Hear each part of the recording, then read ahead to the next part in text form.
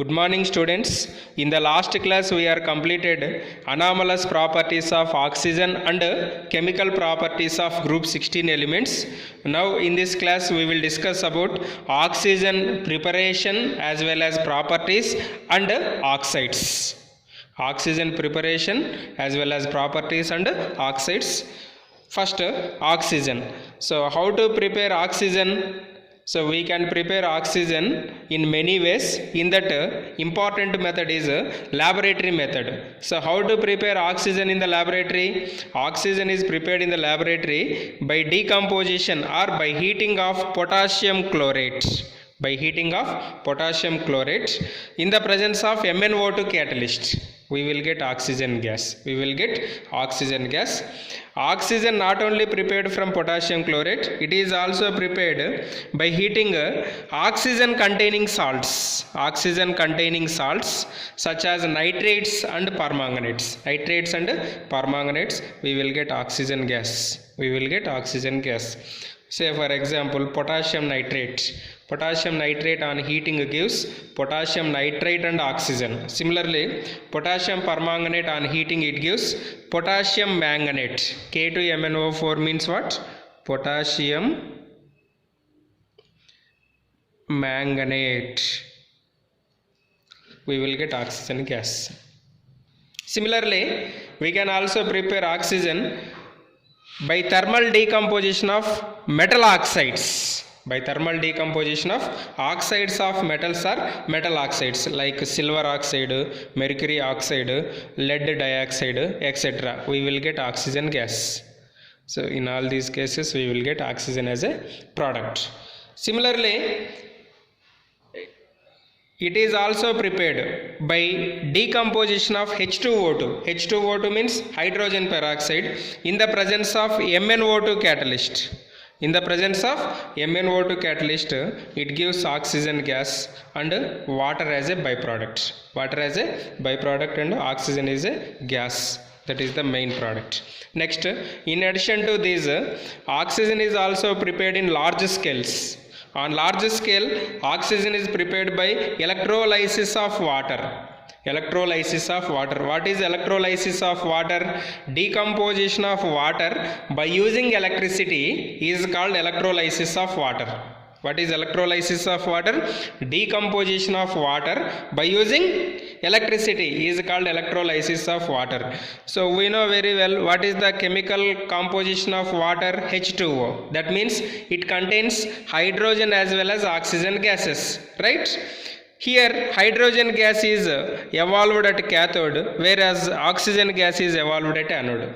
Oxygen gas is evolved at anode, hydrogen gas is evolved at cathode. So this is one large scale preparation. How oxygen is prepared in large scale? By electrolysis of water. Similarly, already this we discussed in preparation of nitrogen, large scale preparation.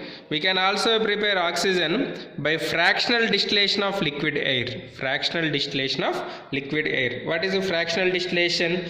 Fractional distillation means it is a separation method based on boiling points. Separation of two components based on boiling points, that is called fractional distillation. So like that we can prepare oxygen in large scale preparation by electrolysis of water as well as fractional distillation of liquid air. Next, physical properties. We know very well oxygen is a colorless, odorless and tasteless gas. Its solubility is very less in water, only 3.08 centimeter cube or 3.08 ml dissolved in 100 ml of water. If you take 100 ml water, only 3 ml oxygen is dissolved. So that's why this is very less solubility of oxygen in water, but this oxygen is sufficient to survive aquatic animals in the water. Okay. Next, it liquefies at 90 Kelvin and freezes at 55 Kelvin. Boiling point is 90 Kelvin, freezing point is 55 Kelvin. Next, it is mainly exist in three isotopic forms: 16, 17, 18. Okay, 16, 17, 18. Most abundant is 16. Most abundant is 16. Next, chemical properties. What are the chemical properties of oxygen? Now we will discuss. First point, it is a non-combustible gas. It is a non-combustible gas, means does not combust, but it is a supporter of combustion. But it supports combustion, but it is a non-combustible gas. Next, second property, oxidation. So what is oxidation? Very simple. We know very well, oxygen combines with metals as well as non-metals. It forms corresponding oxides. These reactions are called oxidation reactions. These reactions are called oxidation reactions. First, reaction with metals. What happens when oxygen react with metals? When oxygen react with metals, it forms metal oxides. Say for example, sodium with oxygen, sodium oxide, calcium with oxygen, calcium oxide, magnesium with oxygen, magnesium oxide. Similarly, aluminum with oxygen, aluminum oxide, iron with oxygen, ferric oxide, like that. So these metal oxides are basic in nature. What is the nature of metal oxides? Basic in nature. But some metals, noble metals like gold and platinum do not react with oxygen. Do not react with oxygen due to less reactivity of that metals. Similarly, reaction with non-metals. What happens when non-metals react with oxygen? When non-metals react with oxygen, they form non-metal oxides. These non-metal oxides are acidic in nature. What is the nature of non-metal oxides? Acidic in nature. Clear? Example, S plus O2 SO2, C plus O2 CO2, P4 plus O2 P4O10. P4O10 means phosphorus pentoxide. So these all are acidic nature. These all are non-metal oxides. Next, reaction with compounds. Reaction with compounds.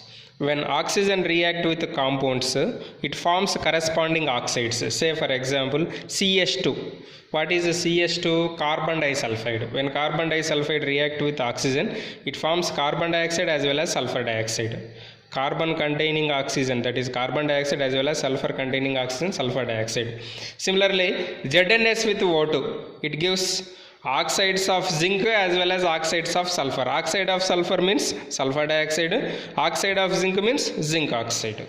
Similarly, some compounds are catalytically oxidized. That means it is a oxidized product. Further, it reacts with oxygen in the presence of catalyst. Say for example, 2SO2 plus O2 gives 2SO3. SO2 is a metal, non-metal oxide. Again further react with oxygen in the presence of V2O5. We will get higher oxidation state oxides. That is SO3. Here H2O, like that. Next, when oxygen combines with saturated and unsaturated hydrocarbons, what are the products formed? CO2 and H2O. This reaction is familiarly known as combustion reaction. What are the products in combustion reaction? Carbon dioxide and water vapor. Carbon dioxide and water vapor. So these are the properties of oxygen, chemical properties of oxygen. Next, uses. So uses, what are the uses for oxygen? Oxygen is used for artificial respiration by mixing with inert gases like helium as well as carbon dioxide. Next, it is used in cutting and welding purpose due to production of high temperature in the form of oxyacetylene flame. Oxyacetylene flame used in the manufacture of many metals as well as used as oxidizing agent. These are the important uses of oxygen. Next topic is oxides. Just now we discussed in chemical properties of oxygen. The same thing we have to follow here. Oxides. What are oxides? Binary compounds of oxygen with metals and non-metals are called oxides. Binary compounds of oxygen with metals and non-metals means only two elements are present. In that one element is compulsory oxygen, another element is either metal or non-metal. Such type of compounds are called oxides. We have two types of oxides: simple oxides, mixed oxides. Simple oxides further classified as acidic oxides, basic oxides, amphoteric oxides and neutral oxides. What are acidic oxides? Oxides which are formed by non-metals are called acidic oxides. Why these are called acidic? When these non-metal oxides are dissolved in water, they form acids. These oxides form acids when they dissolved in water. Say for example SO2. SO2 plus H2O gives H2SO3. Sulfurous acid H2SO3. Sulfurous acid. N2O5 plus H2O gives HNO3. HNO3 means nitric acid. These all are acidic oxides. Oxides dissolved in water and form acids are called acidic oxides. How these acidic oxides are formed? When they react with oxygen react with non-metals. Similarly, basic oxides. What are basic oxides? The oxides which dissolved in water and form bases or alkalis are called basic oxides. These are formed by alkali and alkaline earth metals, and some transition metals also form basic oxides. Example, sodium oxide, calcium oxide and ferric oxide. Sodium, calcium and ferric oxides are the best examples. Next, amphoteric oxides. What are amphoteric oxides? The oxides which react with acids as well as bases are called amphoteric oxides. So generally oxides of aluminium, zinc, lead and tin are amphoteric in nature. So they react with acids as well as bases. You see here, aluminum oxide react with HCl, we will get hexa aqua. Hexa aqua means 6 water molecules. Hexa aqua aluminium 3. Hexa aqua aluminium 3. Similarly, aluminium oxide react with sodium hydroxide, we will get sodium hexahydroxaluminate. Sodium hexahydroxaluminate. So these two reactions indicates Al2O3 is amphoteric in nature. Al2O3 is amphoteric in nature. Next, last type of oxides in simple oxides, that is neutral oxides. What are neutral? Which are neither react with acids nor with bases are called neutral oxides. Generally, these neutral oxides are formed by nitrogen as well as carbon. Say for example, carbon with oxygen, we will get carbon dioxide as well as carbon monoxide. But carbon dioxide is acidic, carbon monoxide is neutral. Similarly, N2O as well as NO are the neutral oxides. Next, mixed oxide, second type, that is mixed oxides. What are mixed oxides?